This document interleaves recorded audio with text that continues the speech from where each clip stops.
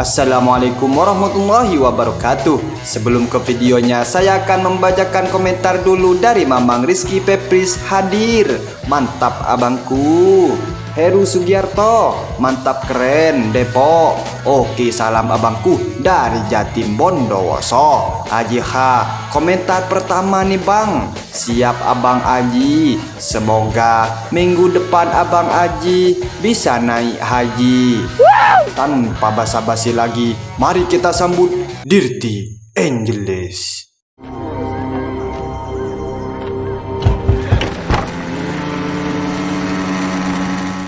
Di awal film, kita diperlihatkan dengan seorang kakek yang sedang menelpon entah dengan siapa, dan dia menulis surat cinta terus membagikan surat itu kepada tokoh agama yang paling disegani di kota Afghanistan, yaitu Malik bin Ismail. Ini sosoknya.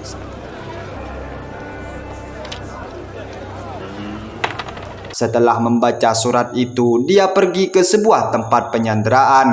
Di sana ada seorang ciwai militer dari Amerika yang bernama Jack, di mana Jack sekarang menjadi tahanan kelompok ISIS dikarenakan dia menyusup ke Afghanistan untuk membasmi kelompok ISIS. Tidak cuman itu, Jack juga menghina agama mereka. Disinilah Malik murka dan ingin mengeksekusi Jack dengan sadisnya. Sebelum itu, para tahanan dilepaskan dan diberikan batu satu persatu untuk menghantam badan Jack. Ketika Malik sedang berceramah di depan warga, di sana ada seorang tahanan yang tampan rupawan melepaskan batu itu. Akhirnya Malik menghampiri pria itu dan berkata, "Kalau kamu tidak bisa melemparkan batu kepada ciwai Amerika itu, maka jangan heran jika peluru di pistol ini menghancurkan isi kepalamu." Namun tak disangka-sangka, pria itu pun ketar-ketir dan langsung mengambil batunya. Dengan amarahnya kepada Malik, dia pun melepaskan keamarahan itu kepada Jack.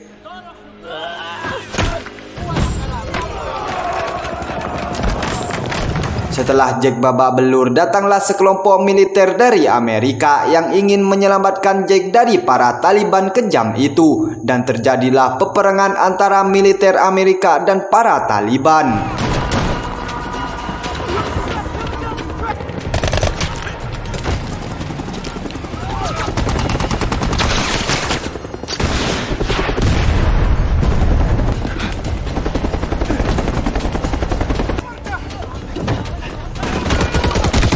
Pada akhirnya Jack pun terselamatkan dari kebrutalan para Taliban.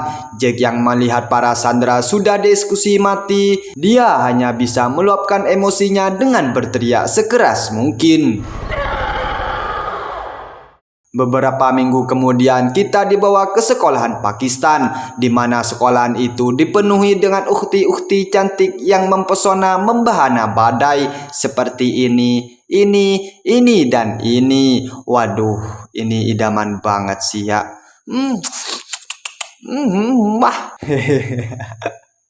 Lanjut, ketika jam istirahat, ada beberapa ukhti yang sedang nyantui dan ngudut di kamar mandi. Pertama, kita dikenalkan dengan ukhti yang bernama Aisyah. Ini wajahnya. Dia berkata bahwasanya rokok itu bisa menyebabkan kanker dan kemiskinan. Ukhti-ukhti yang mendengar ucapan Aisyah itu hanya bisa tersenyum dan bahagia telah mempunyai teman sebijak itu. Pada waktu itu juga, obrolan mereka harus terhenti karena ada suara pengedoran dari luar sekolah.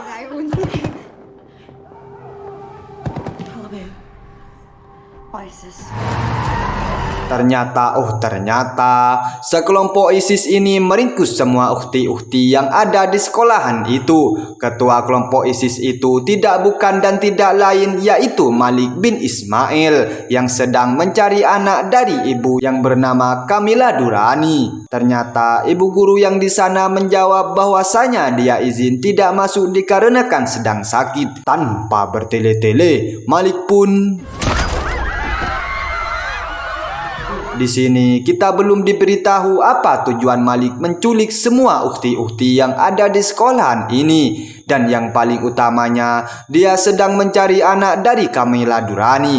Maka dari itu, tonton film ini sampai tamat. Aisyah dan kawan-kawannya berlari ke atas atap dan melihat para ukti lainnya sedang dimasukkan ke dalam mobil box. Namun sayangnya, Aisyah kelihatan oleh anak buah Malik yang langsung menuju ke atas atap juga. Aisyah yang menyadari hal itu langsung turun dan berniat kabur melewati pagar belakang sekolah. Namun tiba-tiba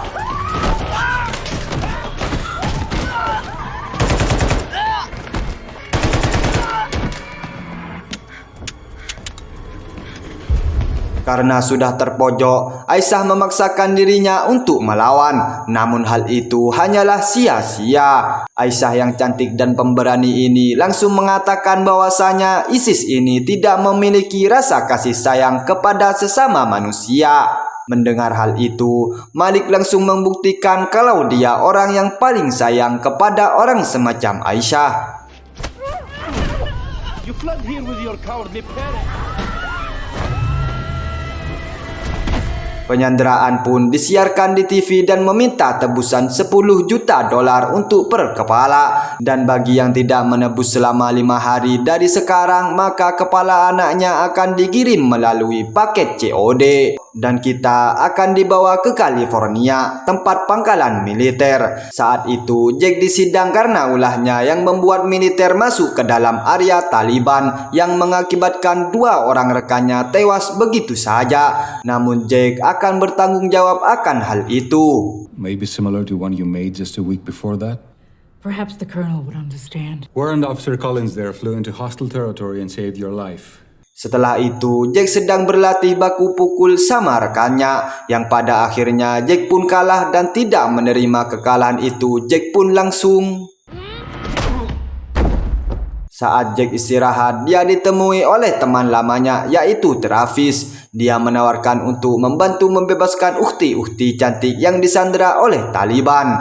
Jack sempat menolak dan menyuruhnya untuk memanggil CIA saja. Namun 3 hari yang lalu sudah dikerahkan misi penyelamatan dan tidak ada yang selamat. Travis memberitahunya bahwa penyandera tersebut merupakan salah satu Taliban yang telah menewaskan rekan-rekan tim Jack. Shower. Seriously. Kini Jack telah sampai di Quetta, Pakistan dengan nama samaran yaitu Jessica Rabbit. Saat itu dia menaiki taksi dan turun di hotel.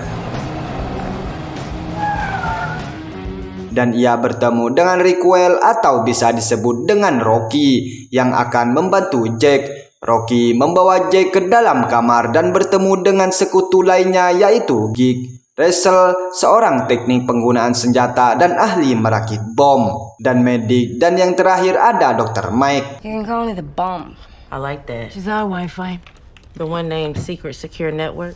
So who is this? Badia Durrani. Jack pergi ke warnet untuk menelpon teman lamanya yang bernama Awina. Karena membutuhkan bantuan, Jack pun menyuruh Awina untuk mencari lokasi di mana Taliban menyandera orang-orang Amerika dalam waktu 12 jam.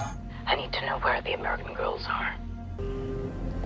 Travis kini telah sampai di Pakistan di sebuah kafe yang digunakan pertemuannya dengan mantan Menteri Camilla, yang anaknya merupakan salah satu disandera oleh Taliban. Peran Camilla adalah untuk membantu tim Travis untuk melintasi perbatasan dengan bayaran anaknya harus diselamatkan. Kalau tidak, maka Travis wajib membayar uang tebusan senilai 10 juta dolar. Dan orang yang akan membantu mereka bernama Basir, teman lama Camilla yang berada di pengawasan perbatasan. Bring me back my daughter.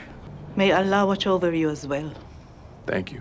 Setelah persiapan, kini para tim Travis mulai berangkat menuju perbatasan dengan sopir mereka yang bernama Sodik dan Abbas. Kini mereka sampai di jalur lintas perbatasan Kibar, namun harus menunggu karena macet yang sangat panjang. Abbas merupakan kakak dari Sodik yang seorang pemusik. Dia mencoba untuk memperbaiki semua ini agar tidak macet, dan benar mereka akhirnya mulai kembali jalan. Namun mereka diberhentikan dan dilarang melewati perbatasan. Bahkan kardus yang berisi antibiotik pun dibuang karena diduga akan meracuni. Namun Basir, teman yang dibicarakan Kamila, datang dan menyuruhnya agar segera melewati perbatasan. Apologies. You may continue on your way. May Allah be with you. And with you. Ini adalah penjaranya ulama Syekh Al-Simali dan lokasi tempat para uhti-uhti cantik itu disandra. Kita kembali kepada pemimpin Taliban ini kedatangan seorang uhti-uhti sandra yang memohon untuk dilepaskan dan ikut bergabung. Setelah bernegosiasi, uhti ini akhirnya dibebaskan dan disuruh untuk mengantarkan surat ke kantor polisi. To the police station. The Taliban police. Yes. Para tim terapis telah sampai di pos penjagaan untuk menurunkan pasokan antibiotik dan segera pergi menggunakan kendaraan yang telah diisi oleh sesuatu yang bisa meledak, begitu kata Abbas. Guns, bombs, shit goes boom. Thanks, boss. Travis mengajak Bol dan Russell untuk mengambil senjatanya, sementara Jack menggunakan cadarnya untuk pergi menemui teman lamanya, yaitu Awina. Thank you for coming back. Setelah sampai di lokasi, Travis dibuat emosi karena tempat yang dijadikan markas rahasia telah diratakan oleh tanah. Tentu saja, ini ulah dari pasukan Taliban. Kita kembali ke uhti-uhti cantik yang sebelumnya dijadikan sandera untuk mengirim surat kepada kantor polisi. Namun ternyata itu adalah jebakan mobil yang dikendarainya sudah tertanam bom. Dan ledakan itu terdengar sepenjuru kota. Sodik diminta untuk mengecek asal sumbernya.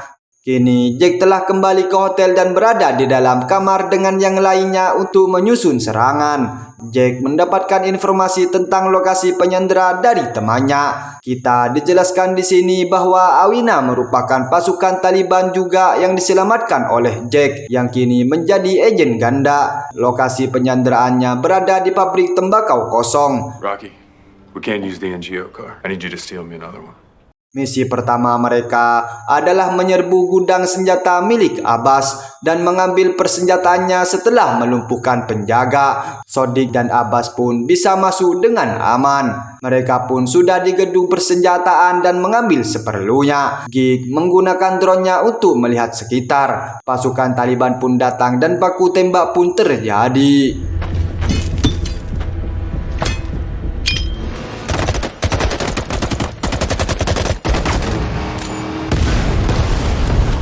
Mereka pun mencoba keluar dari markas Taliban. Namun Dr. Mike terkena tembakan dan terjatuh. Tak ingin rekannya tertinggal, Jack meminta untuk putar balik dan mengambil tubuh Mike. Namun sayangnya, aksi pengembalian tubuh Mike pun membawa korban baru, yaitu Travis. Travis tertembak dan koid di tempat itu. Begitu mereka berhasil lolos dari kejaran pasukan Taliban dan menelpon nomor dari Basir yang sebelumnya dikasih di perbatasan untuk dihubungi jika keadaan darurat. Rocky menyalahkan Jack atas apa yang terjadi. Jack berkata jika tubuh Meg diperiksa tentu saja Taliban akan tahu bahwa orang Amerika sedang berada di kotanya dan tentu saja mereka tidak akan selamat.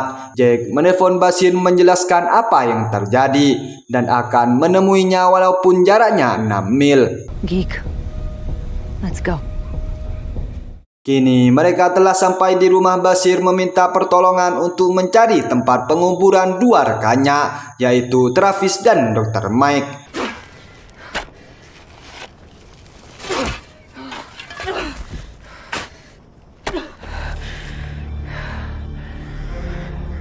Bashir menghubungi Menteri Kamila dengan membawa uang 10 juta dolar sebagai jaminan pembebasan anaknya. Namun sayangnya uang tersebut adalah uang palsu karena Travis sudah tidak ada, leader pun diambil alih oleh Jack. Kamila memberikan jaminan keluar dari negaranya jika berhasil membawa putrinya kembali. Tentu saja ini misi yang sangat sulit dengan menggunakan uang palsu dan menyuruh timnya untuk menghancurkan kartu SIM karena pasti bisa dilacak. Alasan Taliban menculik mereka adalah untuk dinikahkan dan mempunyai keturunan yang kuat, karena wanita kuat akan melahirkan anak yang kuat juga. Marry me. We just need to wait for the clerk. Tiba-tiba di rumah Bashir kedatangan tamu tak diundang yang tak lain tak bukan adalah Awina, sekutu dari Taliban ini. Penjelasannya, Taliban mengira itu merupakan serangan dari ISIS yang digunakan untuk menyerang Syekh. Karena itu Malik akan memindahkan Syekh ke penjara paling maksimal. Dan misi Jack adalah menculik Syekh dan membawanya kabur. Maka Malik akan datang dengan sendirinya. Burn all that fake ID. We have the money. Let's get the sheik. Para Taliban kini sudah membawa Syekh untuk dipindahkan. Jack dan kawan-kawan sudah bersiap untuk menculiknya. Namun ternyata di depan ada bis yang menghalanginya. Lalu Rocky pun inisiatif menabrakkan dirinya ke bis itu. Dan rencananya berjalan dengan mulus.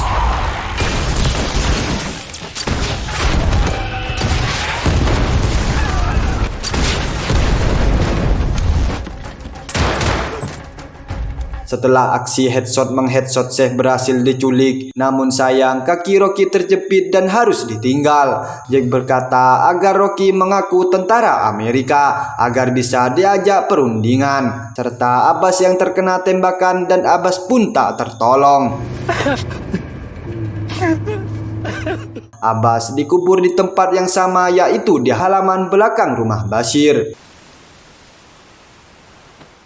Jack menceritakan kejadian di mana dia pertama ditugaskan sebagai wakil komandan. Tentu saja beban berat ada di pundaknya. Dia menceritakan tentang Frank, ketuanya yang tertangkap oleh anggota Taliban. Mereka menyuruh timnya untuk melingkari Frank dan melemparkannya menggunakan batu seperti yang terjadi di awal film.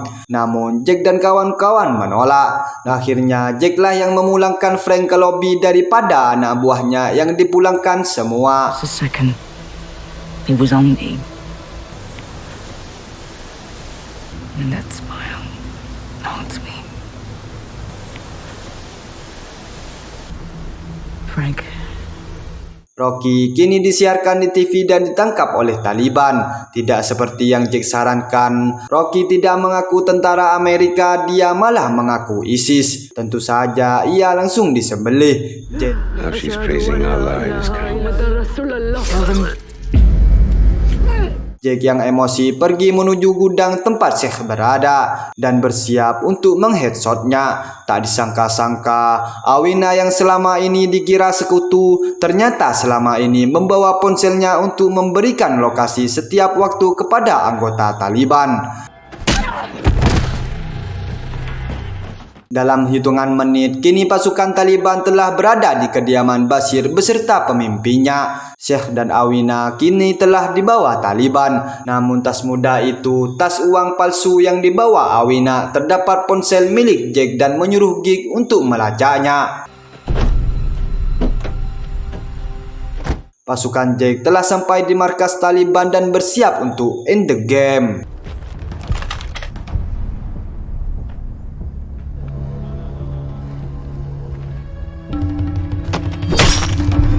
Mereka memutuskan masuk diam-diam melalui pipa menggunakan tali. Sementara itu, pasukan Taliban sedang menurunkan persenjataan mereka dari truk. Di dalam sana terdapat banyak mbak-mbak bercadar yang melayani para pasukan seperti memberikan makanan dan minuman. Tentu saja Jack berbaur juga menggunakan cadar hitam miliknya dan timnya juga. Desakan dari Malik, anak dari menteri itu, menikah dengannya dan melakukan proses pernikahan di bunker tersebut dengan Sheikh sebagai saksinya. Namun Malik tidak percaya Tuhan, dia hanya cinta dengan negaranya. Tentu saja itu membuat Sheikh menolak, dan karena menolak langsung ditebas oleh Malik. Shodiq yang membaur dengan pasukan Taliban menyelinapkan bom dan membawa RPG. Malik mengetahui bahwa uang tersebut adalah uang palsu. Terdapat ponsel milik Jack menyalahkan Awina karena telah menuntunnya kemari. Dan karena mengetahui ada penyusupan, para pasukan Taliban menyuruh para mbak-mbak bercadar untuk berbaris. Ketika disuruh membukanya, dan Fuck you.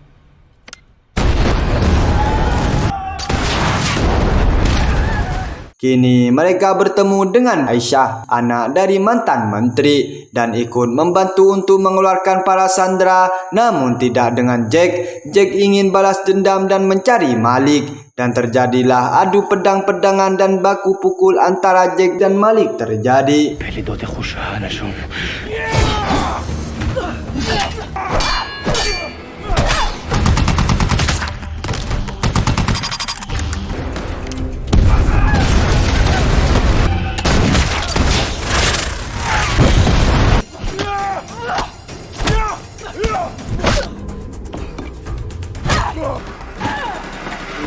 Sementara yang lain berusaha untuk kabur, dan ya, tentu saja Malik pun kesayat lehernya hingga menyusul Shodiq dan kawan-kawan di lobi. Walaupun berjalan dengan mulus, namun beberapa tim terluka seperti Gig yang tertimpa batu dan kepala Bol yang terkena sayatan peluru. Namun Gig tidak bisa tertolong dan harus ditinggalkan. Kini bala bantuan helikopter pun datang untuk menjemput mereka semua naik ke dalam helikopter. Namun tidak dengan Jack dan Shodiq. Mereka pergi menggunakan mobil dan film pun tamat.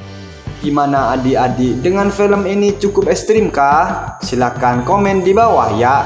Ikan teri makan sama nasi, cakep. Kalau kalian suka dengan channel ini, ya jangan lupa datang kembali.